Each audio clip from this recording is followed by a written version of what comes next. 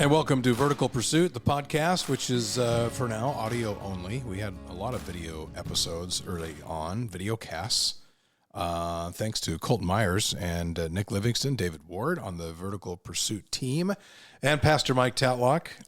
I'm Mike Barrett, so thanks for joining us.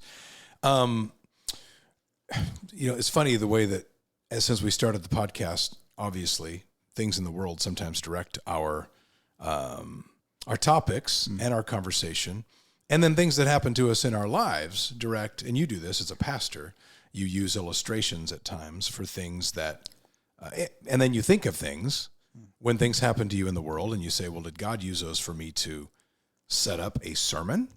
And you do that a lot of times, and you use examples of things that happen to you. And I was thinking of this the other day when I was driving to my to a lacrosse game, and it was not... It wasn't local, and for some reason my phone lately, and this is a whole other topic, but it will just shut off.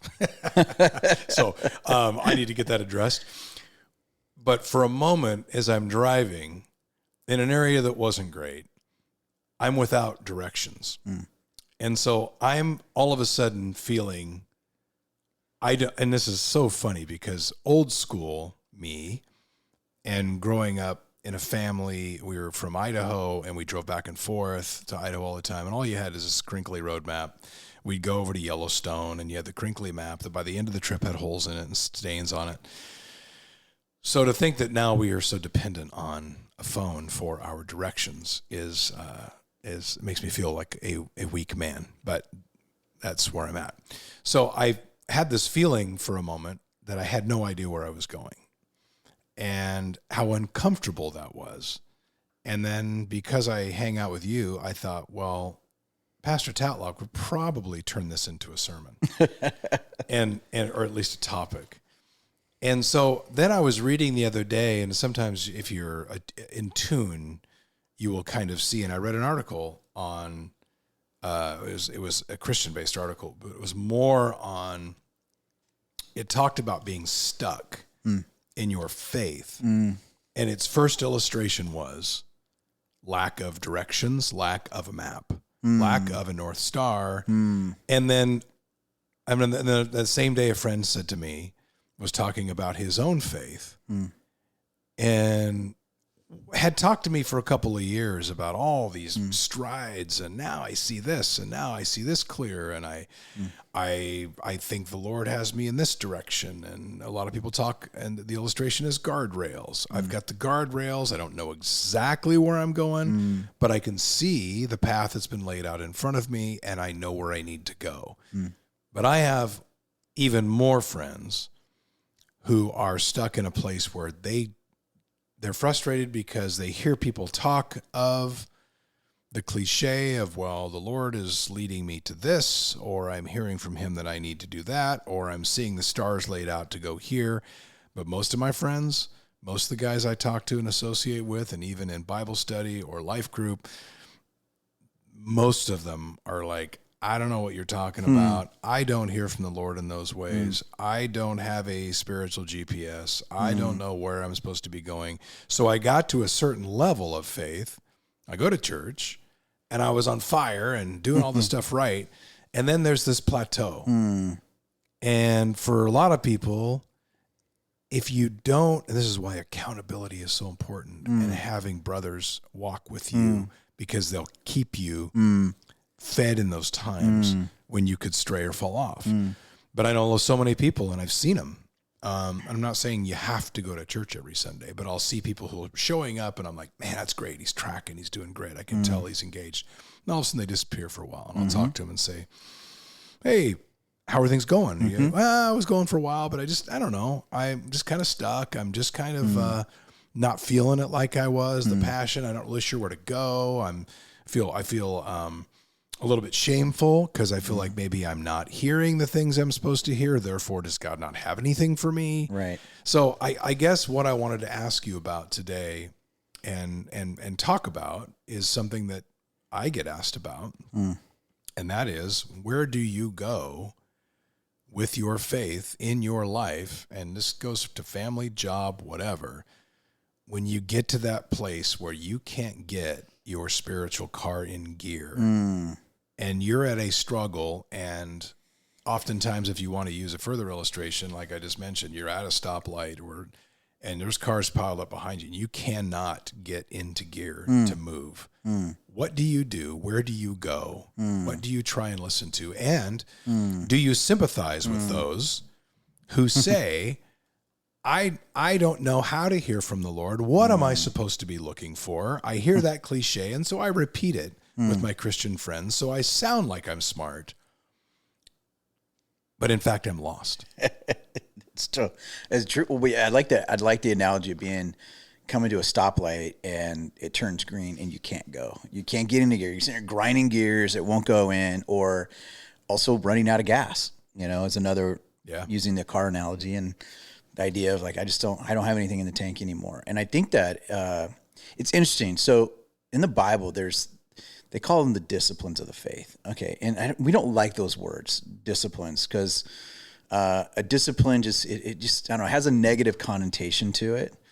What do we mean by disciplines of the faith? Well, things like reading your Bible or praying or taking a Sabbath, which means you're taking days off to rest and actually kind of just recharging, taking those things in. We're in a culture that's just go, go, go, go, go, go, go, go, go.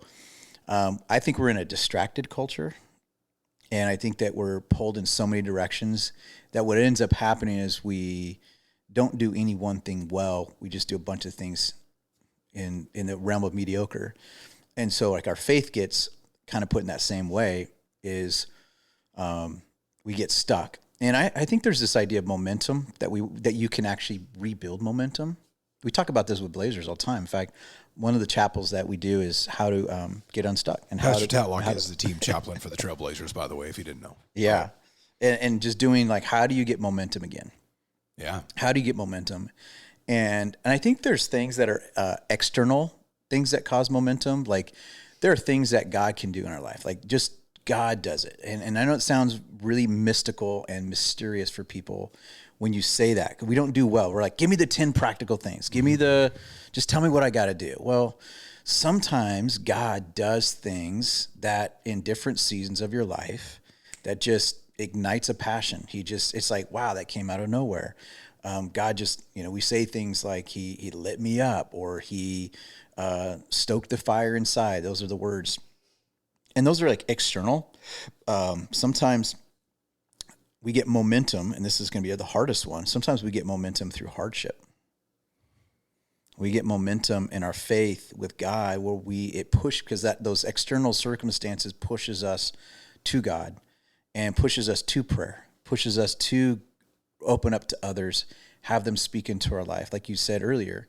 So sometimes those are external things, but then also what can I do internally that like I play a part? Am I just sitting here on a couch going, okay, God, I'm waiting for you to get my gear back into gear and give me some momentum here. So I'm just going to sit around and wait for it. I think it also requires asking what gets us there too, not just what gets us out of it, what gets us into this. So we can talk more and I'll give more thought, but like when you think of different seasons of your life where you've plateaued, what for you, and this is probably different for everybody, but can you think of any things that got you into that place of plateau? Yeah. Well, I mean, I can use example. Now, and I've talked about this on previous podcasts, but all I wanted to do as a kid was I wanted to be a pro athlete like a lot of kids. And when that didn't work out, then I wanted to be a NBA broadcaster. And I was. That ended abruptly after the 16 season. And I've talked about this before. I had a chance to stay in that business, but it would have required things I didn't want to do, a move. Plus I was tired of traveling and living in a hotel room, missing my family. And so I just chose not to do that. So then everybody said, and I went on some podcasts, and not podcasts, I guess then, well, maybe more TV shows. And we're kind of talking about, well, what are you going to do now? Where are you being led to go? And so 9 projects later, I don't know. I mean, I know I have some things going, but what am I now professionally? Right. I don't know. So yeah, so part of this topic is probably selfish because I'm kind of that example, not faith wise, because I feel like my faith's in a good place, but in terms of, I hate to say, more practically speaking, Yeah. what am I waiting for? And I've had this discussion with one of my partners in one of the projects I'm involved with, when we've been waiting and waiting and waiting. And we both kind of, and it's nice to be in a project with somebody else who's a believer, and we share faith. And we've both asked ourselves for a couple of years, like, what are we being taught here? And is there anything you feel like the Lord's showing you? And what's going to be the lesson out of this? And here we are. And we were asking those questions 2 or 3 years ago, and we're still asking them. So I'm in that position, not being stuck professionally, because again, I'm very blessed. Everything's going fine, but I don't know what I'm supposed to be doing next. And there is no map. And I don't feel like I'm hearing where I'm supposed to go. So in terms of what you asked me, I do feel like, but then when I look back, and everybody does this, you stop and take stock and you go, okay, what have I learned from this? And then I start to see more detail. Yeah. And it depends on how you're driven. It depends on what your identity is. And we've talked about that. If your identity is in the right place, then maybe you shouldn't need to always know exactly where you are from a world's view, in professionally speaking, in what your job is. But spiritually, if you are somebody who marries the two together, which I think ideally we would be, when I hear people talk who I admire, it's everything in their work is done through the lens of spirituality, or at least faith-based, trying to listen. I mean, I love, and I didn't have that for so many years, but I've been in some business meetings now where we open in prayer. I know you've been around some of those, so that's great. But I'm not sure how to marry the two. And I get asked a lot, well, what's the Lord telling you? I don't know. I try to listen. I don't know if I'm doing it wrong or, but then I had all these other friends who made me realize I'm not alone in this, Right. in that they're all feeling a little bit, never mind what's going on in the world, because that's nuts right now, and the weirdness of our country and everything else. But we're all just kind of in this waiting room with no door, trying to go, where are we supposed to go from here? And I do realize that there is a lot to be gained and profit from in the waiting. And I know there's lessons about that in the Bible. I mean, there's a lot of people who had to wait a lot longer than I have for some kind of clarity. But I'm just wanted to ask you what you tell people who are in that circumstance where you haven't lost hope, you haven't lost faith, because it's not dire. It's just if you're not continuing to climb the ladder and you're kind of stuck on a run. Yeah.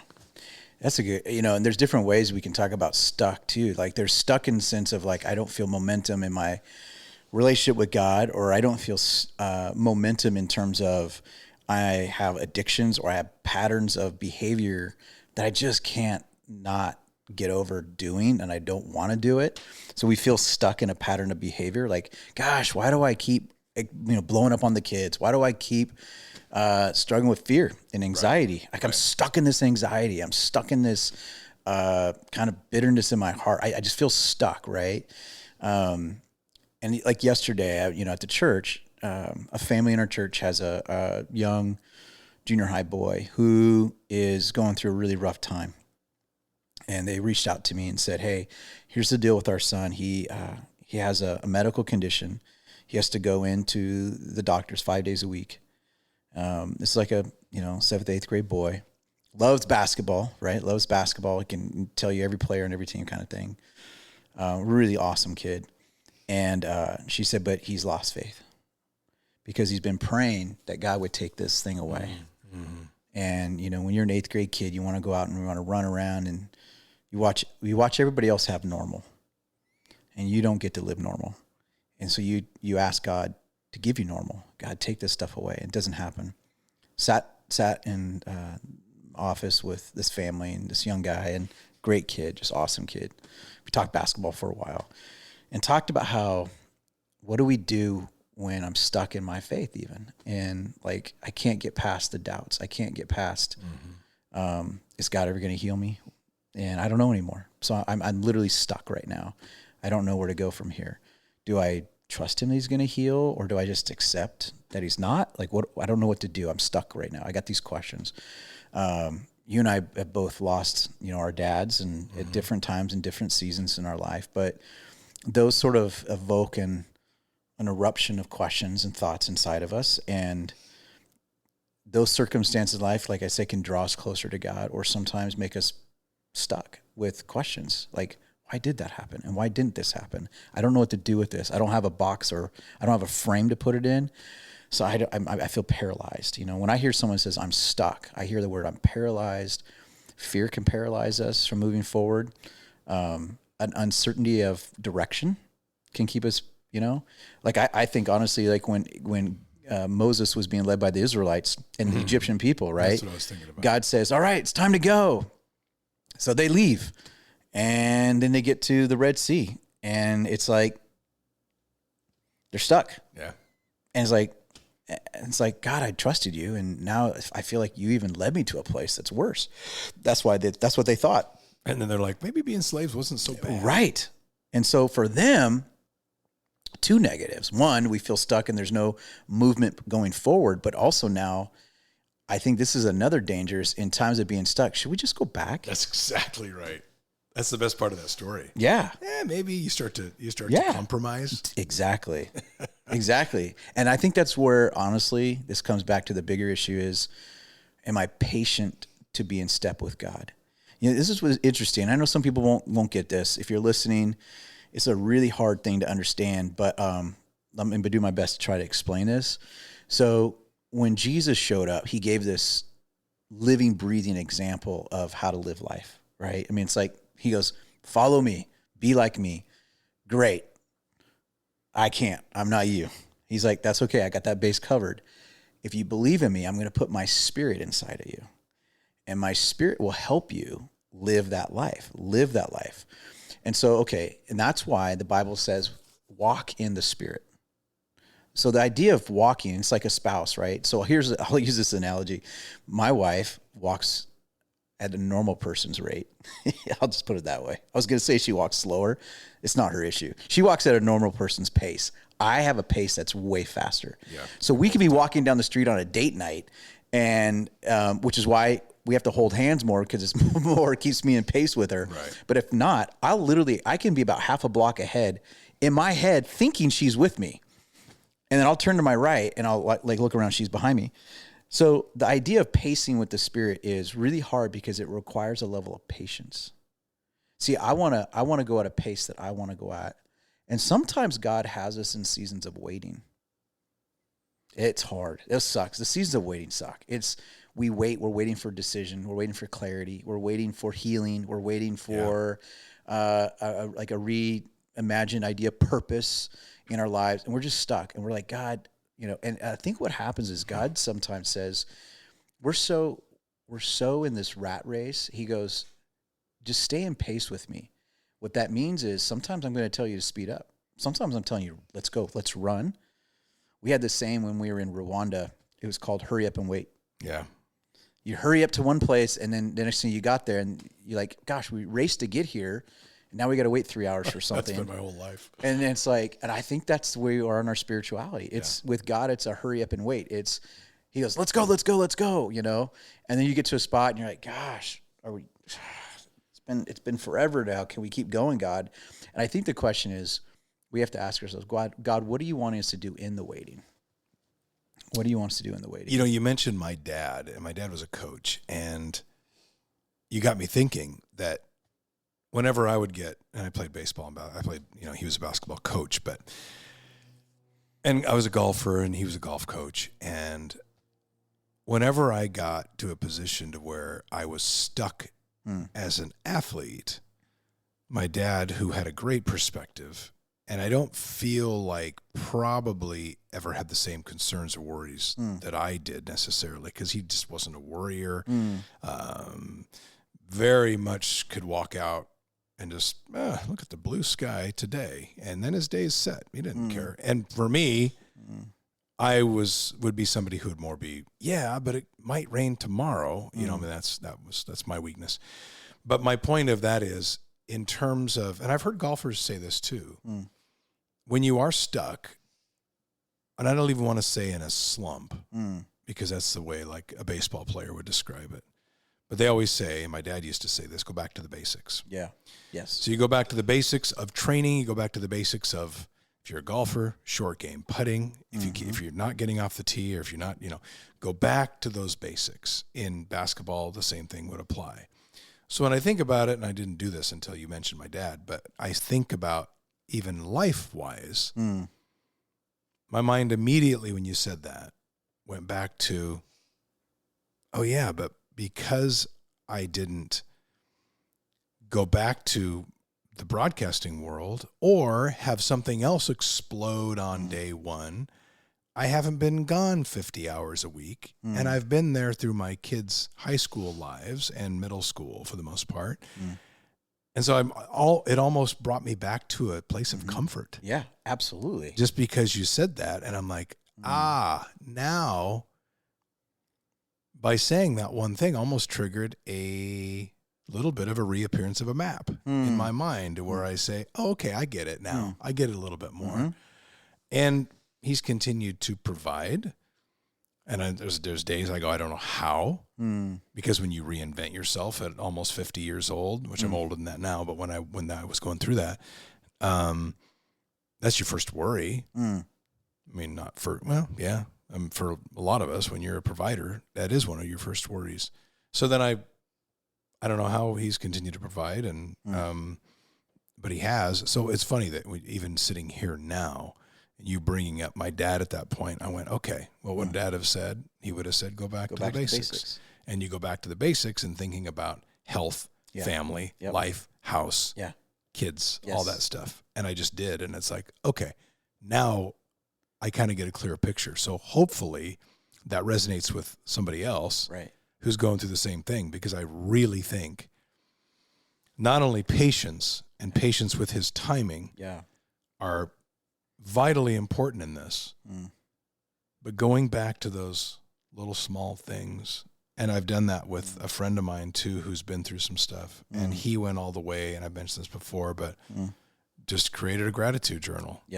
And he got up in the morning and listed things. And it sounds silly and kind of mundane. Write down little things. And we were talking at a Bible study last week, and somebody said, I get up in the morning, and the first thing I do every day before I grab my phone and get pissed off is I thank the Lord for the morning and for my health. For my bed that I'm in and the clean sheets and whatever. I know that sounds... No, it's not. I'm in a cohort. You and I meet with Jim. We meet and have fire time, and we go really deep. We'll start at like 9 at night and go to 12 o'clock, and we go deep. Like you said earlier, it's having that community, and it's super important. And so at our church, we just started a bunch of new ones, and so I have ours, and then we added one on Thursday mornings. I opened it up and got like 8 new guys. And we were sitting there last Thursday, and I just said, like, we're reading through Ephesians, and it talks about this idea of gratitude. And I said, guys, I'm going to do something I'm not really good at, but I'm going to start a gratitude journal. And I'm about 50%. I told them to hold me accountable. I said, next week when we see each other, ask me if I did it. Because I think we need that's good accountability. Huge. It's not like policing accountability. It's more like, when someone says, hey, I'm going to get in shape, and you need people to like, dude, you can do this. Like, keep going. Not you're a horrible person because you missed a workout. That's not accountability. But so I started it a week ago, and I'm about 50% batting average. I've missed some days, but that 50% is better than where I was. And so that's okay. Progress, right? And what I have found is when I wake up in the morning, and then here's the crazy thing.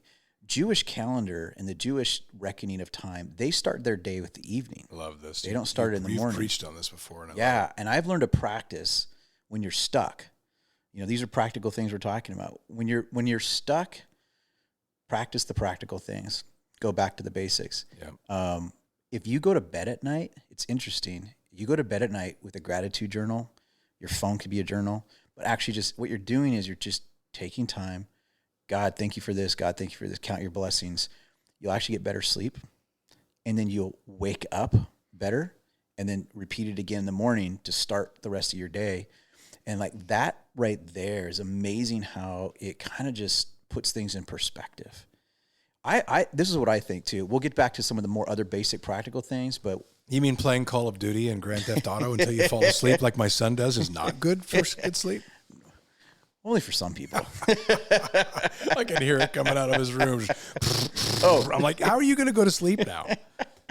Well, it's actually kind of funny because my wife, we joke about this all the time. Like if there's a day off, I'll sit in the living room on our day off. But when, I'm not supposed to be going to work or meetings or anything like this, she'll look at me and she'll go, you can't sit for 5 minutes. I'll be in the garage tinkering, working on projects, this or that. Like I'm not a good sit still type person unless I get out on a river somewhere, right, or go for a hike and just want to chill out in the woods. But like, I don't do well. Some of us don't do good with pauses. And what's crazy is in the Bible, there was a time when Jesus looked at the disciples and said, hey, you guys are chomping at the bit to go do stuff for me, but I need you to wait for my Spirit. And he told them, wait for my Spirit. And they had to wait so that whatever they were going to do for him, it would be done in the power of God's Spirit, not in their power. So the waiting was a time of preparation. And I think that's how we have to see pause is about preparation. Pause is for the next thing. So don't see pause as or stop as necessarily a negative thing. It's about going back to the basics, reconnecting with God. We are much more good. A lot of us men especially are better at doing than being. Mm-hmm. And for those of us that are doers, seasons of pause feels unproductive, or it just feels like you're out of your skin. And that could be a discipline to go, okay, during this time, I'm going to start some new practice, the basics. I'm going to get back into my prayer life. Maybe there's a couple friends I need to meet with weekly and start reading the Bible together again. I'm going to find some creative ways of doing prayer, and break up the routine. I'm going to start serving. I think getting outside of ourselves is a good way to unlock being paused. Like, is there a way I can go do acts of compassion or help somebody else in their life? Go over and, just help somebody around their other house, projects they need. Like getting outside of ourselves is a good way. But I think ultimately it's about reconnecting with God.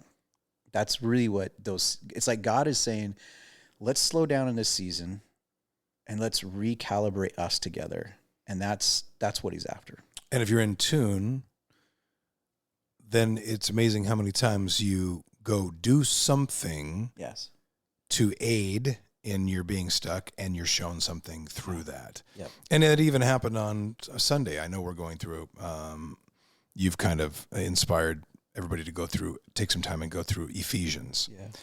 And so I woke up early Sunday morning, and friends, if you haven't done this, it doesn't take very long to read Ephesians. Right. Yeah. But I don't, and here's my shame. I don't know that I had sat down in one sitting and read the book of Ephesians all at the same time.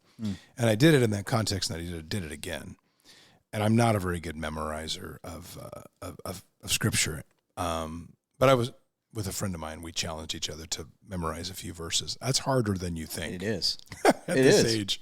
Maybe as kids, I know in Sunday school. And there's reasons for doing that, and I love that. But my point was, I went through Ephesians and read it, feeling kind of like I was kind of stuck and woe was me. And then I get to the end and I read it again, and then I realize, as it's an obvious one, but then I kind of tried to close my eyes and think, Paul's writing this while in jail. Mm-hmm. Talk about stuck. Yeah, he's stuck for sure. He ain't getting out. And so that I was thinking of this as a topic, and I thought, well, hey, dummy, you're just reading this book, one of the great books of the New Testament, written by a guy who's unjustly, his life had a lot of this, but unjustly being tortured, basically, and sitting in prison, but then speaking as eloquently as he was, with as much love as he was in his heart, giving advice. Yeah. Giving so much great advice. And starting out with basically almost poems or poetic to a certain point in in book 4, when it transitions with the word therefore. And I love the whole teaching of all of that in Ephesians. And then he starts to unravel, and that's when you get more of the advice. But anyway, I was going to say, I thought about it when you were talking about things to do, and that was one of those things I did. And it's not even, you talk about sitting still. Yeah.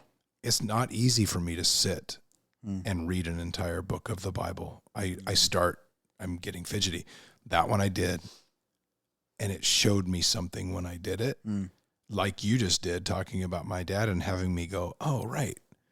And it took me back to how much time I've been at home. And so maybe I wasn't as stuck as I thought. And I think that's what a lot of people come to the conclusion of after they go through some simple practices of be it reading a book of the Bible or talking about it like we just did. Yeah.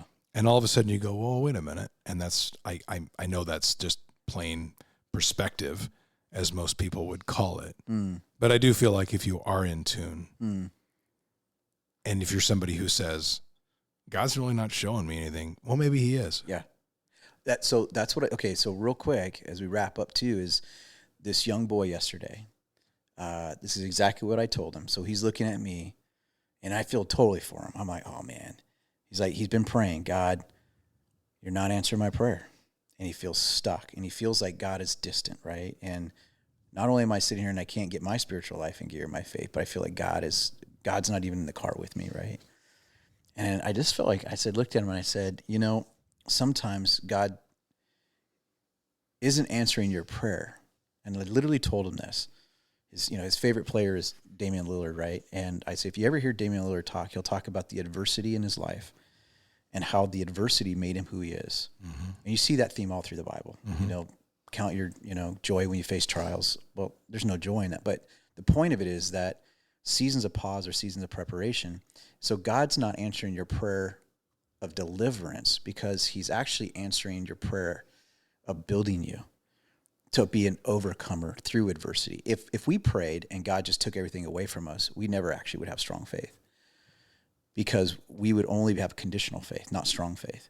We would only have faith if God does things the way I want. That's conditional faith, not strong faith. Strong faith is even if God doesn't, I'm still going to believe and still have hope, because what he's answering is, the prayer is, I'm not taking this away from you, but I'm working still in you. So it's not that God isn't answering our prayer. He's just answering it in a way that we're not seeing.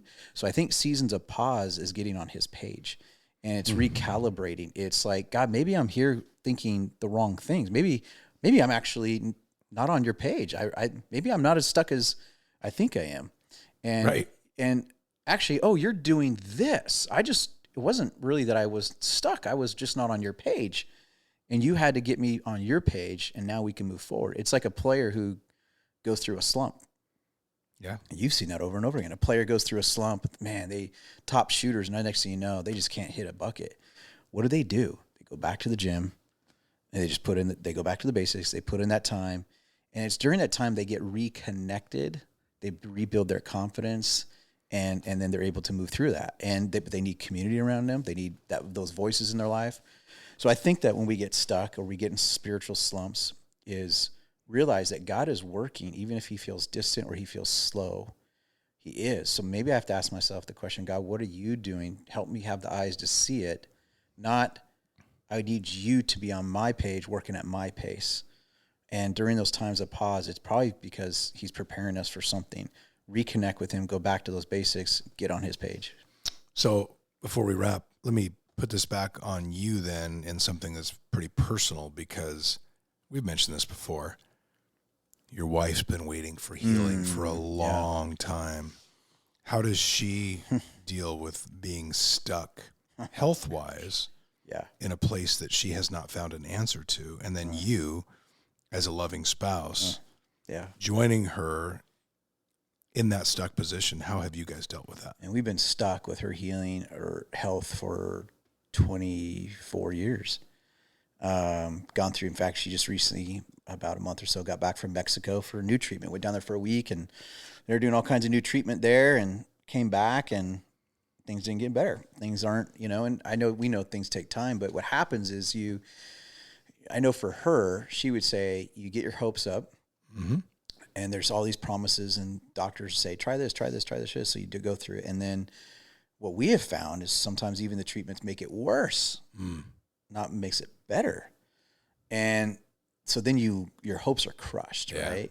And then you're in that place of, and so literally to just celebrate her. Her faith is way better than mine, because she's a woman that for 24 years has prayed for healing. And again, we've had people always say, have you tried this, tried this, tried this, tried. We tried everything. Naturopath, doctors, every spiritual. We've gone to churches. We've gone to like prayer warriors conferences, and we've done everything. It's like when you read the story of the friends that lowered the guy that cut the hole in the roof, lowered their sick friend through the door. That's us. We're desperate. We've carved through as many roofs as we can to lower her to the solution of healing. And I'll never forget, I'll sit with her, and her faith is so amazing, not because it's perfect. She's honest. It's hard. Like I sit with her in it. And the fact that she still believes in healing and that God will heal her, and she believes in the miraculous, is an attribute to her faith. I probably would have given up a long time ago. I probably would have just said, well, it is what it is. God doesn't heal, or he's not going to heal me. And she presses in on that. Next to her chair that she likes to sit in is her journal, her Bible. And she just presses in. One time she was stuck. We tried so many treatments. She looked at me and she goes, I don't know what else to try. So I either have to give up and go, I'm never going to try anything, or she goes, I don't know what to do. I literally don't know what the next thing is. And I said, what do you think you should do? And she goes, well, I guess I'm going to pray and fast about it. And she took about a week and a half and fasted and prayed. Back to the basics. And she did. She fasted and prayed. And then she felt like God said, somebody came to her and said, hey, let's try this. And so she's like, I'm going to. So we're in the middle of that treatment right now. I don't know how it's going to turn out. I don't know how it's going to turn out. Maybe they say it could be a 2 or 3 year process. So we're on the first 4 months of it, 3 months of it. So who knows? The point of it is, though, is not so much the outcome. The point of it is her faith to say, when I'm stuck, I don't know what to do. Go back to that. Press in with the Lord. Listen to him. And fasting, prayer, journaling, community, those are the things that, like, what is God just wanting to meet me here with before we move on? Perspective through prayer a lot of times is helpful. Yeah. And I know that sometimes we start off something and then all of a sudden these personal stories, we're like, oh, right. Well, I have a story for that. You brought up my dad. I brought up your wife. So it's a beautiful thing. And hopefully it helps some of you who are listening out there, if you feel like you're plateauing or stuck or needing to find that next rung, maybe the basics, some of these things we've talked about are good steps and lessons. Colt Myers, he's not a man that's stuck. He's helping us out here on Vertical Pursuit. As always, Nick Livingston, David Ward on the Vertical Pursuit team as well. I want to thank you all for spending a little time with us. We appreciate it greatly, and we will see you next time. We invite you to subscribe to our podcast, comment, or message us, and check out our website at verticalpursuit.org. Download the VP app and check us out on Instagram, Twitter, and Facebook.